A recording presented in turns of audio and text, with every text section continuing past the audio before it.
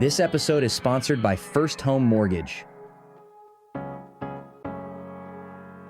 All right, everyone. Today we've got a recorded show because I'm away on vacation. This is Matt Rhine. He's a real estate agent. He's one of the top 20 real estate agents in Maryland. He's building an agency. And today we're going to be talking about examining that whole real estate agent business model. We're going to talk about his plans for growth, and we're going to see just how things have changed over time and see if we can't give Matt some feedback. Anyway, stay tuned. We're going to get right into it.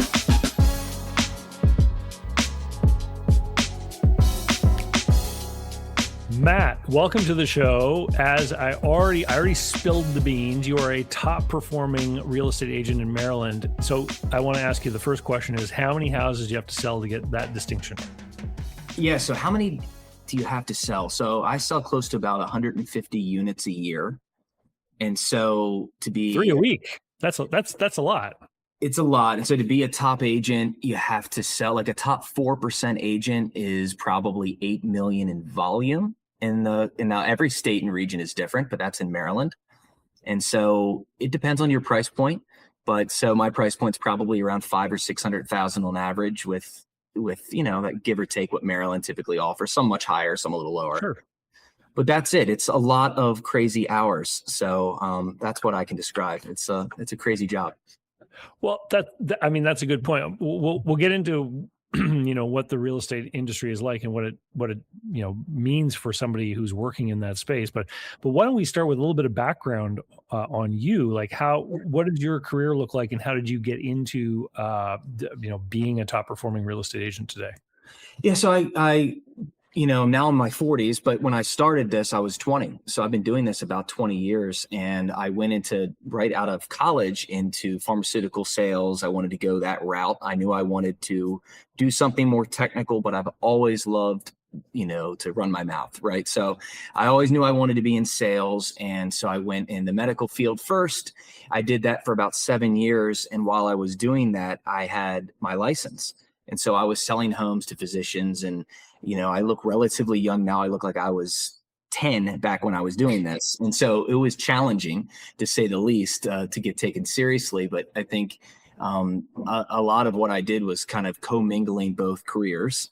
And then I realized the enormous opportunity that real estate offers. It's incredible. So I was making great money as a pharmaceutical rep, right? Got a free car and got to wait in waiting rooms professionally, basically.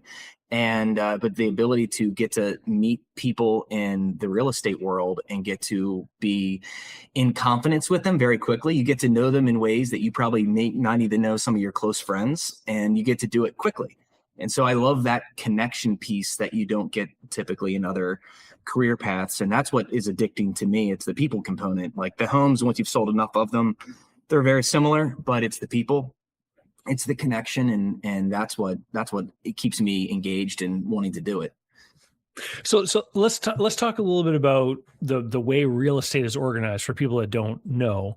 In most states, there's some kind of licensing system going on, and usually you have an agent's license, and then maybe you have a broker's license. And so an office needs a broker, but you have to be licensed to be an agent, and there's kind of a supervisory capacity there. And I know in some states, the offices manage trust accounts for deposits and things of that nature too. So obviously when you started off, you started off as an agent. Can you talk about the progression through your career of how you operated within the different offices that you've been a part of? Yeah. So when I started, things weren't as developed as they are now in terms of the structure of teams and brokerages. They were a little different. So I started with a company that everyone probably is familiar with, Long & Foster.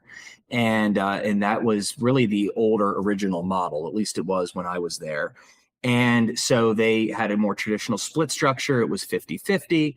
And so I had to get a mentor at the time who tried to teach me. I knew nothing.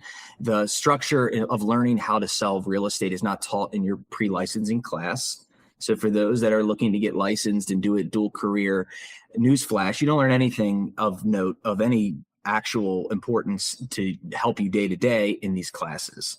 It's just not how it worked. And I was a solo agent. I wish I joined a team back then because I would have learned, it's just, you can shorten the runway of success if you learn from someone who already has models and systems and knows what they're doing.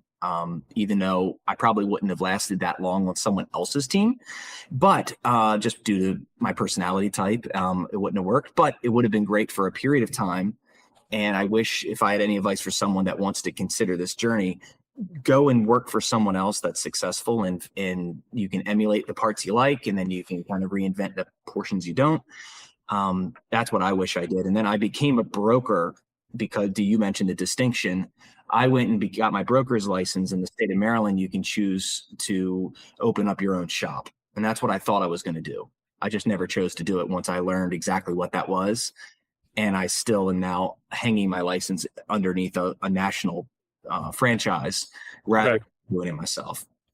Okay, so let's break this down a little bit for people who may not be that familiar with real estate. So when you say you started off as an agent on a 50-50 split, when a home is sold, there's the person selling the house is paying a commission of some kind, and that commission is usually, if there's a buyer's agent and a seller's agent, that commission gets split between those two agents.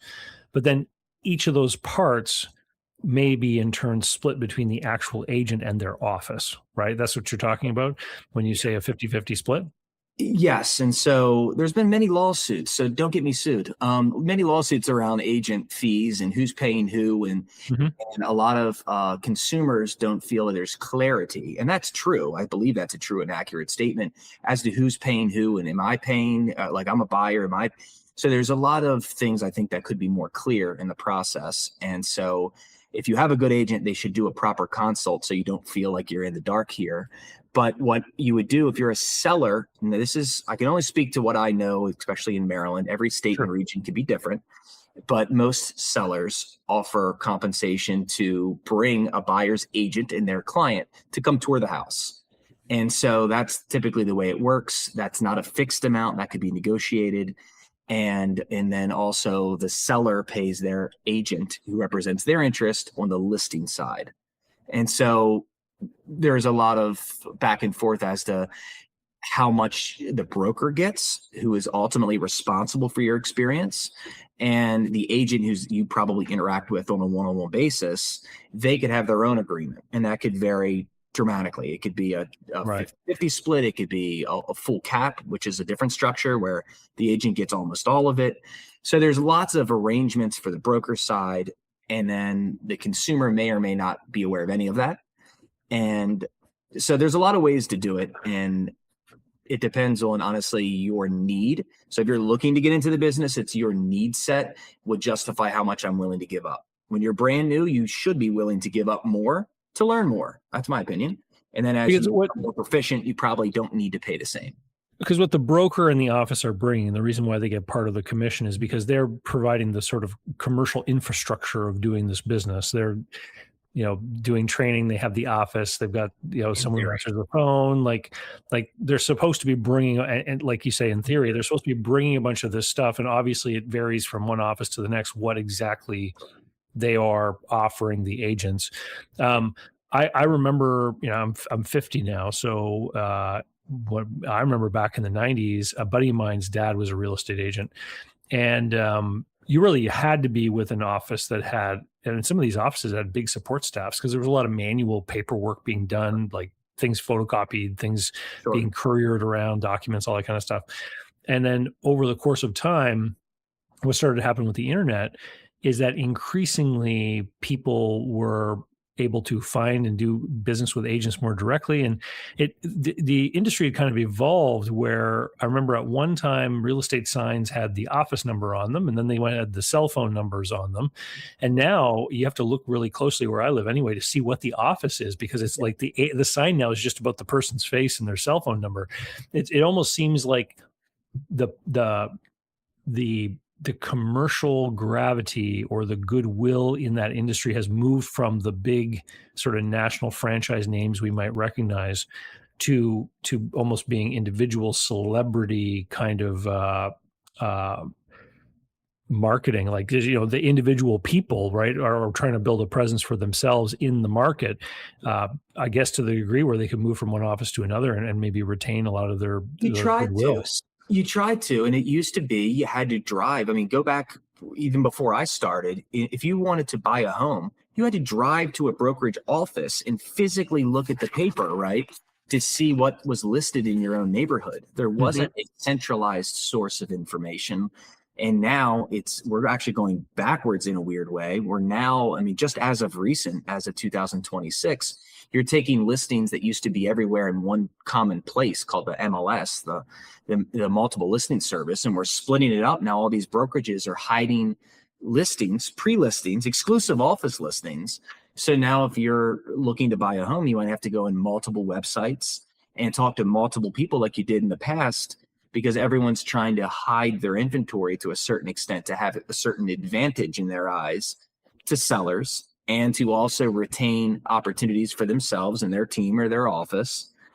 And this is just happening. This is something that you're going to find as a common theme moving forward. That's going to be a real issue, I think, for some people, because of the fact that it's not that easily found. And there's the big players. You have all of this. We have ourselves to blame as a community, a real estate community. We gave all of our information free. Just here you go to the syndicates, the portals. And that's how Zillow has all the homes, and Zillow has the eyeballs. And so now we bow our heads to the Zillow gods and all those other, who now turn into brokerages, by the way. And so there's all these, it's really transforming the whole industry right now. And so be careful if you're getting in this business to own a brokerage. If this is, something you discuss, and I would run. I wouldn't walk. I would run out the other way. Personally, I wouldn't go into the brokerage. Well, this is interesting because of course at one time, like 20 years ago plus, like owning a brokerage that had 100 agents that were all busy producing deals would probably have been a very lucrative business to be in, because you would get a very small piece of all those agents, doing their work every day. Probably got a large piece of all those agents. The old structure was much more dominantly favored in the brokerage side, and the agent got less. And now the agent controls all the cards. The offers I get, people that want my services to hang my license with their brokerage, they're willing to give me almost all of my money because they want my production. And so it's flipped. Who has the power is now the agent, whereas before it really truly was the brokerage.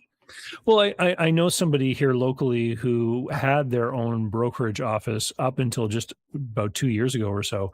And then he realized how much effort, work, and liability exposure was involved in being the broker. Yeah. And then he said, you know what, for what I'm getting out of this, it's just not worth it. And he shut down his office. Right. And they all went and joined another office. And now he's a team leader under that other office. That's what I am. That's the same model I chose. Well, let's talk about teams then, because we talked about individual agents having a split with their office, for example, but how is it different with a team? Can you give us the idea of how the funds flow, or you share commissions? So I think the team structure makes a lot more sense. So if you didn't know, we have a tremendously large turnover ratio in this industry. It's one that you can get a license, at least in our state, in 2 weeks. And so very small startup cost, you can very quickly get in. And by the way, the top earners make well into the 7 figures. So if I can get into the business in 2 weeks and potentially earn 7 figures, that's a very compelling reason to potentially enter in. But the fallout rate is close to 70% in 2 years. Sure. And so it's a huge turnover. That's why it's not that much. You ask, how do you become a top producer? I'd say have a pulse, be reasonably talented on the phone, be willing to work, and you're going to be in the top couple percent. It's not really, honestly, much more complicated than that. It's just a lot of effort. So the team model, to answer your question, is what I am now in. I let the liability associated with hanging the license to a national company who can facilitate the payroll and the paychecks, offer liability protection through these insurance providers. If you ever have a lawsuit or some other issue, they can protect you in a meaningful way. And then I get to just operate the business of being an agent. And so as a team leader, I facilitate more of a curated experience for an agent. So we handle their marketing. We set up all of their client database relationship software. We set up the parties, and we help them get into connection. And we try to focus an agent on their most important 20% of their day, where I can tell you firsthand, when I was new, Most of my time was spent doing the 80% tasks that don't produce any results. Like, just, I wanted to get accreditations and I wanted more letters behind my name, which, by the way, everybody wants to sell something to a realtor, right? It only takes, 2 commissions and you can pay for this. You can only do that so many times before you realize you have no money. And so that's why if you join a team, you should expect a much faster on ramp. And they're going to tell you specifically, I don't care what like you're going to have to put at least 100 contacts, for example, in your database before you start day one with me. You're going to have to communicate with them and let them know your new occupation and who you're with. And I'm telling you, just getting on the phone and connecting with people, as good as I think I am, if you, David, got into the business, like the people that know and respect you already, I'm likely not going to win their business. Most of the time, they're going to gravitate to the person they know and trust already. And so that's the interesting thing about real estate. It's about 76%. The number fluctuates year to year when the National Association of Realtors conducts a study every year. But almost 80% of people interview a single agent. One. Really? And it is somebody, obviously, they have some kind of connection to before. Possibly, or don't. That's a generalized number. Okay. And so I used to get in my head, how do I compete against someone that's done it for 20 years? Like I would be nervous at the person I am now back then, but yet I'd still get hired back then, because if they only interview one person and you're reasonably competent, you're going to get hired. And so I was terrified to do something horribly wrong. And so if you have a backstop, like a brokerage, not the best in my opinion, because they're so much larger, a team structure to me makes the most sense to make sure you don't screw anything up. You say the right thing, they put you in the right light, and you serve your client better. Well, let's talk about that, because I've driven past the billboard. I'm sure many of you have watching this, where it's like the so-and-so power team, real estate team, whatever. And you see the 6 people on the billboard together. So if in a regular agent is splitting their commission with the broker, then you as a team leader, you've got some kind of arrangement with your brokerage where you're splitting commissions. But then amongst your teammates, there must be some sharing of the money as well. How does that tend to work? Yeah, most of the time, it's you split your bucket up into 2, and it all comes down to your lead source. So if this is a personal friend, your brother, your sister, somebody that I would have no connection to previously, you normally get a higher split for that particular lead, because that's newfound business into the team that we would have never had. However, if we generate the opportunity through our marketing, through what we do, and we hand deliver them to you and say they would like to meet you at 2 p.m. tomorrow, that's normally at a different split that's more in favor with the team. And so I think that's a very fair arrangement, because that allows you, especially as a newer agent, to work with a lot more people than you might have otherwise. And then that's why I say it shortens the duration of the window that it takes while you're spinning your wheels, because you're going to get a lot more opportunities and at-bats than if you tried to wait until you only work with the people you can generate on your own. So when a house is sold, for example, then there's almost like there's 3 splits. The agent handling it gets a piece, you as the team owner leader get a piece, and then the brokerage gets a piece as well. It kind of gets split 3 ways. Unless you get it more complicated and you have a Zillow. If you click the button on Zillow, it's split 4 ways. So it depends on the lead source. So who generates the lead, the cash flow starts there every time. And it's no different than you want to talk about, Ramsey or any of these other people on there that talk about money, they get cuts too. So there's a cut all the way down the line, which in a perfect world, you bypass all of that and have a relationship with someone in your local marketplace. And it really, to me, it's the best, most authentic relationship to have. So from the point of view of someone who's building a team, how many people are on your team right now? 4 of us. 4 of you. Okay. So there's a lot of businesses out there that kind of have these professional operators, right? Let's just say professional person, skilled person, right? Sure. And so what we give out law firms, accounting firms, architectural firms, but you also have like hairdressing, studios and places like that, where these individuals are the talented people that are dealing with the customers, and the relationship between the talented team member and the customer, that's where the goodwill resides. And so eventually somebody gets to a certain point where they realize, hey, I could go off on my own. Right. Happens all the time. Yeah. And so what is it that you are focused on as by being a team leader to try and keep people happy being on the team and within the, your organization? Yeah. So much of what I do, most normal humans don't want to do because it's not the fun part of the job.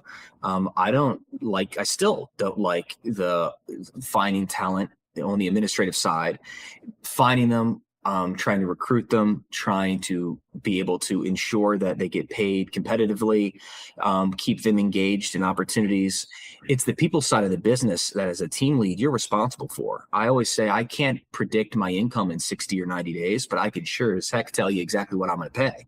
I know my financial obligations are outlaid, and Right. there's a reason why I have people all the time that want to work on the team, but I don't take them on. I could grow exponentially if I chose.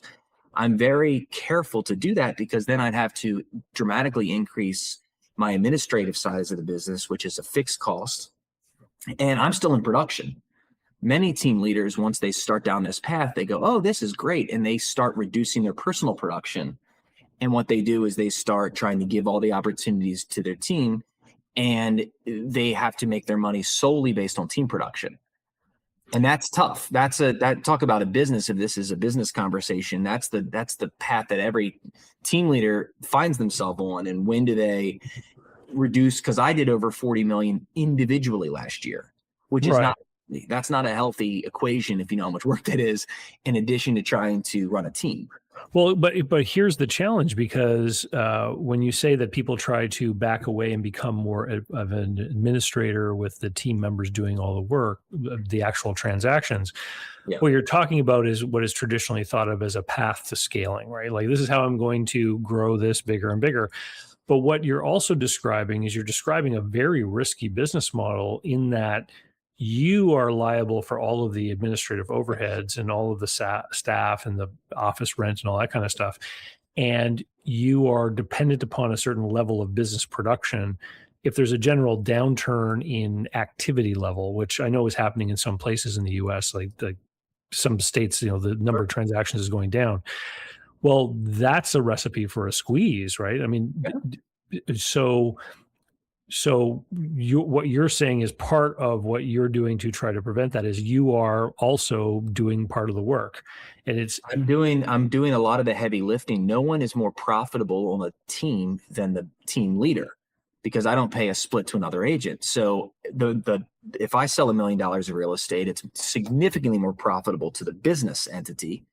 And so if you had to do a whole podcast based on how to run a team, you learn that every hour I put in the business is almost cheating the time I could put on the business. And then you end up in this wheel because your income that you get used to is so high.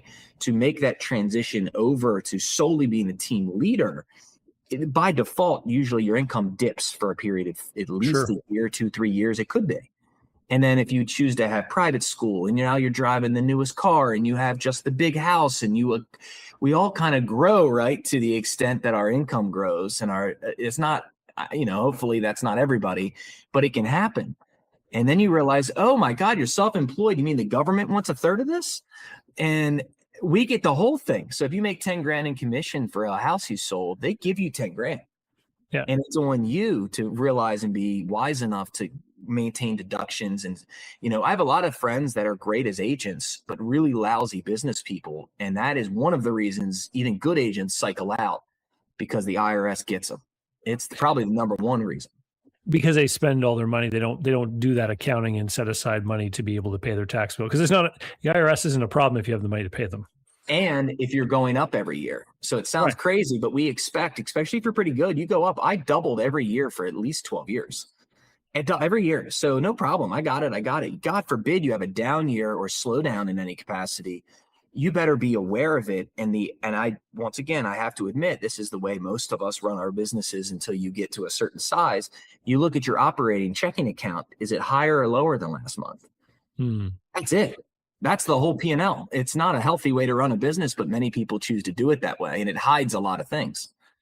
So are you building a saleable business?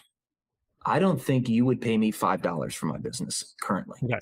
So, but the reason why I want to ask the question was because a lot of what we're just describing about that sort of scaling methodology, build up a team, then set yourself back as the administrator, it is usually geared around this notion that you're building a business as an organization with other people executing the day-to-day work, Yeah. and that you are somehow building this saleable thing. But to your point, I would agree with you. It'd be really hard for somebody to want to write you a check to then step in. It is possible, but the challenge with this particular industry is those that become team leaders often are very talented salespeople. Yeah. That is not. I always say that I'm a great salesperson inside of my business. I'd hire myself every day for that role, but to hire myself as a CEO, that might be a different thing entirely. I think I've proven myself as a salesperson, but the people that get the opportunity to run these teams oftentimes are really successful salespeople, and they are not effective managers, or they're not effective in the role as CEO. And I've even had one business coach tell me, I've always had business coaches where I should wear a physical ball cap. So anyone in this office knows what seat am I wearing? If it says CEO on it, don't you ask me about a file that's closing, but no one does that. They come to you with all these, that's the challenge. I feel like some of us have earned the right to start a team, but aren't truly deserving of it yet. Like we haven't, embraced the other side of the business. Well, this whole, am I scaling? Am I growing? Am I building a saleable business question? I mean, a lot of people like to get in on that excitement, right? Because that's what the hype is about. It's like, let's grow, let's build, et cetera, et cetera. What I have seen in a lot of people's businesses is that they will want to grow, and that means maybe hiring another staff member, and then of course that causes earnings to go down because you've added someone to the payroll, and now you got to grow again to get back to the prior level of profitability. Yes, right. And it's almost like I always envision it as a staircase. Like you might actually become unprofitable when you hire the next person for a little while. Then you got to grow into being able to afford them, et cetera, et cetera. Right. Whereas, and the whole idea being that at some point in the future, you're going to be able to sell this for a multiple of earnings, but honestly, the multiples don't get that high. And I've challenged some business owners on this before. I'll just say, well, if you didn't grow and you took a big chunk of that profit you're earning that you're thinking about investing into this new person, you just squirreled that away somewhere, and you did that for like 6 years, you would end up with the same net amount of money as you would from the sale of the business if everything worked out okay. And so there really are people in certain scenarios in certain businesses who probably should not be trying to scale and grow to some saleable business. Like there are some more sure ways to end up with the bag at the end. Yeah, and I think there's tremendous profit margins in our industry in real estate at smaller levels, and then there's a lot of pain in the middle. So a lot of the people that go broke, or that messy middle where you're trying to scale. And I think the people that have it figured out, quite frankly, you can't hate on them. It is the Zillows of the world. It's the folks that have realized whoever has the lead controls the entire game. And so Zillow, for example, charges agents 40% on average. It can varies, depends on where you are and price point and all these other things. But they're collecting basically what a team could collect in definitely more than a brokerage is collecting, way more than that, by just providing the lead source. And by the way, their administrative staff is somewhere else, confined to just worried about the website and the leads. And now they're into mortgage. Now they're into all these other things. I believe they're the smart money is that direction. So I would advise anyone looking at our industry that's considering getting into it, go after the leads, be at the top of the funnel, not near the bottom where I am, if you want a scalable business where the money is. So explain to me how it works. People, real estate agents sign up with Zillow and say, I would like leads. Is that how it works? If you can, wait in line. Like it's not easy. They have all the chips. So, Redfin, all of the syndication portals have the eyeballs. And that's what all these brokerages are starting to discover. That's why they're doing all these, what I started the podcast with, where they're trying to hide inventory, if you will, under the guise of saying this is an exclusive listing, because they want those eyeballs. They need the leads. Because everybody who thinks they're an agent is doomed if they don't create a reason to be contacted directly. And so if you lived in my area, the reason you want to contact me directly is you want Matt Rhine and or the service or the enthusiasm, my connections. You want me. You want me on that wall in theory, right? Where you don't want to chance it by clicking the button. And so it's how well can I, it's one of the reasons I do a podcast, is trying to get my voice out there to articulate the reasons why I do what I do. And you're trying to create goodwill for your brand, your personal brand in your marketplace, so that people do want. As a consumer, if you were to move to Maryland, this is what going through my head. Do you want to risk it by clicking an aggregator button with all the national portals? And most of the time, you're going to get a much less seasoned agent who's willing to give up that commission split, or who's on a, who's eventually is going to have their little name badge of the entity that you click the button on, who's a paid employee that will not give you the same level of knowledge, service, and fiduciary capacity that someone who's at the highest level of the service. Like, I've charged the same as what that button would be. You don't pay any more, for example, as a buyer. But in theory, you'd say, well, I'd rather have him negotiate for me. Like, if you had the choice, like, I don't know, if I had the choice to have someone who's a multiple business owner, multimillionaire, someone even better than myself, negotiate on my behalf when I want to get into a space for the same amount of money, wouldn't you choose that than someone who just got in the industry 6 months ago, who's never done this thing? The 150 houses that you said that you sold, was that what, your personal production, or was that your team? No, that would be our team. Production runs through the team. So my capacity individually was a little over 40 million. And so I think I did close to 70 of that. So to 70 is still 1.5 a week, right? That's 3 houses every 2 weeks, right? So in understanding what is involved in what you do, I mean, there's a lot of running around. Like, what kind of time load does your business require of you? Because real estate is an evening and weekend game, right? And you got to be around for business hours for the business stuff that happens during the day. It's a lot. So I always say it's one of the reasons I have a team is because I still love what I do and I want to do it, but I also have 3 little children. And so I'm a dad and a husband first is the way I truly view it. And so the only way to do it is to have an entity. So I have other people that help me to facilitate open houses, or if you want to request a showing last minute on a Sunday night, you're not going to get me anymore. And I'm not even going to apologize anymore for that. And so when you set expectations, it's a lot better, I think, that in that capacity, because I am needed 7 days a week. And so I have my phone on me at all times, but I coach 3 little league teams. And so it's like the privilege, if you're working for someone else, I could have never done as a parent what I'm doing with 3 kids, 9 and younger, that I'm able to be a participant with. I grew up on a dairy farm. My father worked my hours or worse. He couldn't participate doing anything. Because that farm, he said, those cows, Matt, need to be milked twice a day, regardless of how you feel or I feel or what's your game schedule. Yeah, you can schedule appointment meetings around a baseball game. He can't schedule the cows. Correct. But you want the privilege. The privilege of working for yourself. I don't have a boss per se, but I have 70 bosses every year. Right. So it's a little bit different. Are you taking advantage of any kind of AI tools in your office to try to magnify your ability to handle as many clients as you do? We do. And so we're connected through AI, but I also have virtual assistant help.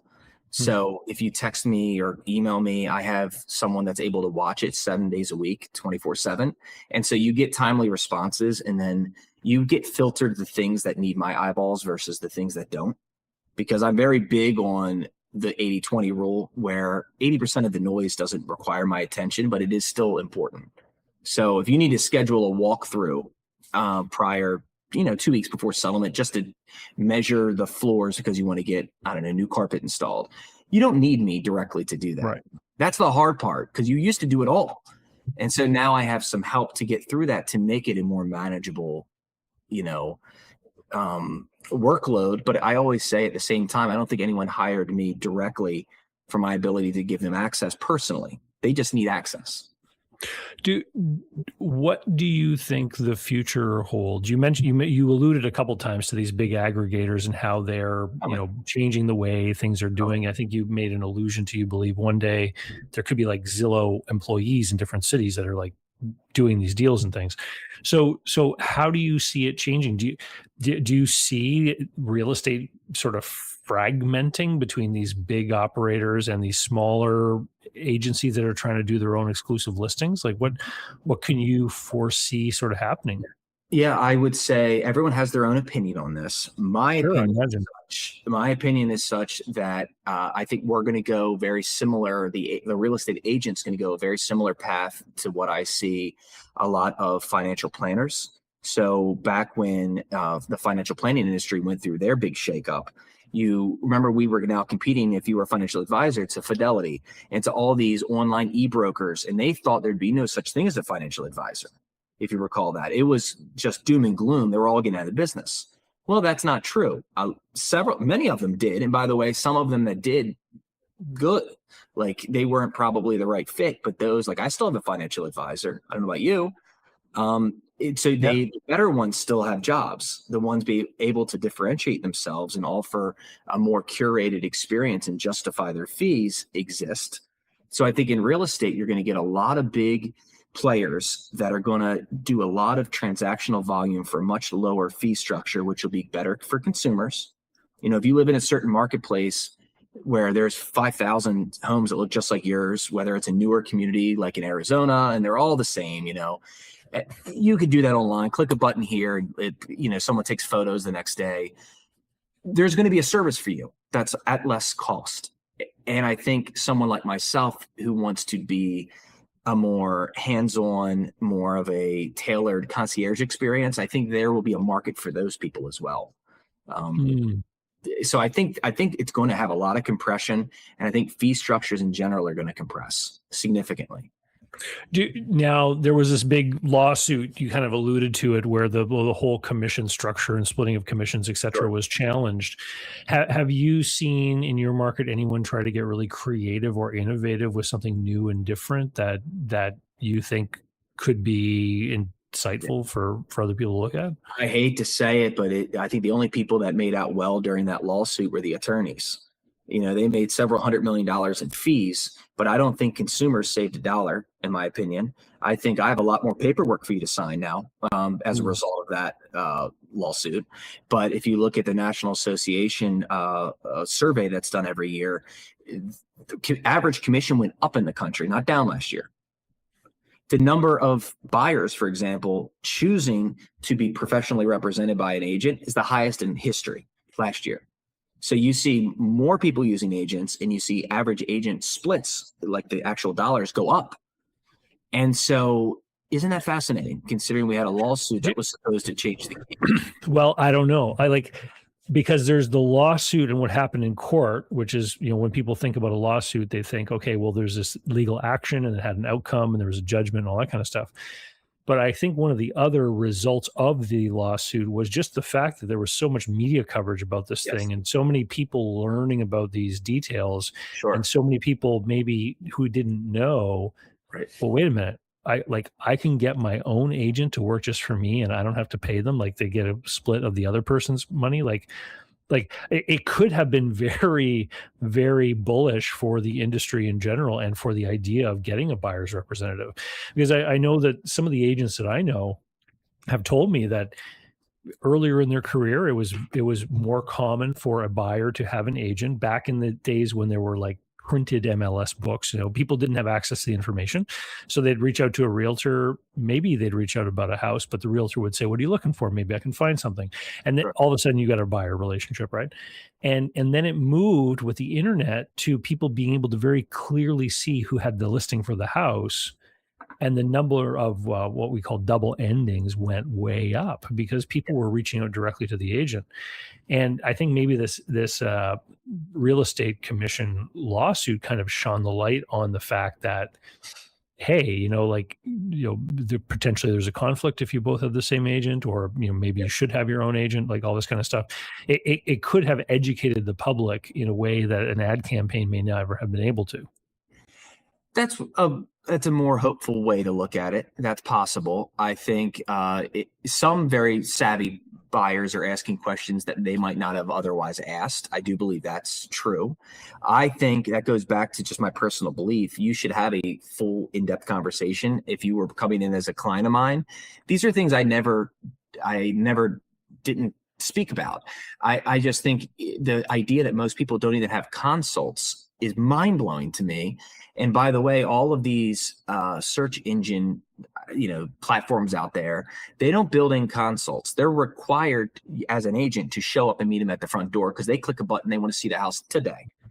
Most people don't want an agent, they want a house. Likewise, they don't want a mortgage, they want a house. And so you have to give them the candy first. And I think that's doing a disservice. It's almost insulting an average consumer's capacity to understand the process and to understand their options, their choices, and for them to make decisions. I wish there was a law that says you have to have a consult, a proper consult, which there's not. And I think if that was the case, I think you'd learn very quickly if the person opening the door knew anything, because you could ask questions and their ability to correspond with you would be indicative of do you choose to work with them. So you mean like you think that the buyer should have to go through some kind of sort of almost like an interview or getting to know this person to really understand that they're getting the right representation? It would be nice if a consumer knew what it is that they're about to do. And so some consumers have done it many times, they're very savvy, they might not need it. But boy, it would be nice to have protection for a buyer or a seller, to be honest, to have a sheet that said, these are the facts. This is what your agent should be explaining to you in here, initial off here. I think that would be very useful. This is one of the hazards of licensing, I find, because as soon as you have a government agency that says or a government body or anything like that says we're going to license people to do a certain thing, you create this implicit endorsement where people then start to think, oh, well, this person has a real estate license, therefore they must check all the boxes of being, perfectly qualified and knowledgeable. When in fact, no. I always say people like real estate agents are kind of like doctors. Like there's brain surgeons, there's family physicians, there's dermatologists. Like there's all kinds of different doctors that do all kinds of different things. And in the world of real estate, there's the people that are doing industrial warehouses and the people doing commercial strip malls and the people doing houses. Like they all got the same license. And what's the old saying? What do you call the person that graduated last in medical school? Doctor, right? So It's not the same. Getting a license in real estate is the lowest. It's the lowest barrier to entry. And I think a lot of my own, I don't exactly think super highly of kind of what I do for a living, in part because of sometimes the people I have to work alongside. A lot of what I do is to keep it all together sometimes, because the advice that's being given or no advice that's being given to the other side is detrimental to everybody. And so now I'm trying to keep Humpty Dumpty up on that wall. And if you don't think that's a lot of what an agent has to do sometimes, that's exactly what we do. And I think a consumer might not know that. And so I think online ratings have helped, by the way, the scores you can get, the reviews you get, that's very helpful. Sure. I think nowadays you can see your deal flow. You can look at Agent Up and see if they've done any transactional volume. So those things I think are very good tools. And that's why I go back to my financial advisor comparison. I think there'll be a lot less agents out there. I think we have close to 2 million agents in general in the United States at the moment. I believe it should be at least half of that, maybe a quarter of that. And I think that would be a big benefit. I think it would be advantageous for everybody. Well, I think, as you said, because the barrier to entry can be so low in a lot of jurisdictions, whenever you have a rising market with a lot of hot activity, you draw people in who see it as an easy way to maybe make some commissions. Social media doesn't help. You just see the photos of that closing table and they say, oh, that's easy. Look at that. They're happy. Yeah. And you get some people are doing, some real estate agents are doing marketing online where they're doing the whole lifestyle. Look at me, I'm rich doing this, come buy a house or whatever. Yeah. But then as soon as things turn, of course, the numbers crash. And so it just ebbs and flows with the market, I guess. And so we're going to come to an end here of this conversation. So I've got to ask you, because you are a top performing real estate agent. What do you see as far as house prices in the coming year? Are you seeing things are the same? They're going to go down, or they're going to go up? What do you think? And keeping in mind you are in Maryland, and so obviously this will be an answer attuned to your market. Yeah, it's the weatherman analogy is the best one ever. It's like, saying, what should I wear? Do I need a coat today? In general, like, you can't have a national forecast. What's the average temperature in America? Not very useful to determine if you need to wear a coat, right? So I can tell you, in general, our market, we're a little bubble. So we're outside of DC. We have a lot of government contracting jobs, very high paying jobs. We have one of the most secure markets. We don't see a lot of the high highs, and we don't see a lot of the low lows here. So we are very consistent. And so I literally think I've had one down year since I've ever been in business. So that's how rare that is here. We're protected. We're going to see probably 6 or 7% increase in home values here. And I think interest rates are preventing, because they're still high, right? We've been promised low interest rates. I don't see them yet. Obviously that's a much bigger conversation, but it is what it is. I can just look at the numbers. I think a lot of people aren't going to choose to move. And that is going to continue to have the supply side constrained. And with lower inventory available, you can continue to see pricing go up. And so I know a lot of people that have waited to buy a home. You can wait ever since COVID. It was too crazy in COVID. I can't possibly buy. Well, now you can buy that same house, but it's going to be 30 or 40% more expensive with double the interest rate. That's what you see. And so I just don't believe when people say I can never buy a home. Like, the average age of a first-time home buyer in the state, or I'm sorry, in the country, is now 40. If you didn't know that, I think that's shocking. And I think we need to have better publicity that you can actually, and get the word out, you can buy a home with very little money down, and in most marketplaces. So I know there's certain areas of the country where it's so expensive, it's outrageous, but many, many locations around the country it can be done. So I don't think we're going to have a lot of down markets throughout the country. I think in general, it's going to be relatively strong. It defies logic how we've had such a strong market in considering the headlines every day we all read. And this has been going on for a while. I don't know about you, but I'm still trying to figure that out. Well, I know that there's some places where prices are going down just from what I've seen online. But again, like, as you said, it's very localized. It depends on where you are. Yeah. Matt, if somebody is interested in buying a house in Maryland, how should they reach out and get connected to you? Well, the easiest thing is just to find me online. Go figure that, right? You just look up Matt Rhine and real estate, and I better pop up or I'm going to be very upset. And so, I have my own podcast. I love doing what you're doing. So, what the world needs is another podcast. I've learned that. That's a very important thing. And so it's been useful. So you can always check me out on there. And I do a lot of consults with people who are on the verge of moving. I might move. And so it can be an early discussion. So it's not necessarily like I'm moving tomorrow, I'm ready to hire you. It could be an initial conversation. Happy to have it. Awesome. Well, down in the show notes, I will put your real estate brokerage's website as well as your own LinkedIn URL so that people can reach out and find you. And thanks so much for joining us today. This has been a great conversation, Matt. Well, I appreciate it. Thanks for having me. All right. Have a good day. See ya. And big thank you to our sponsor, First Home Mortgage. You can check them out at firsthome.com.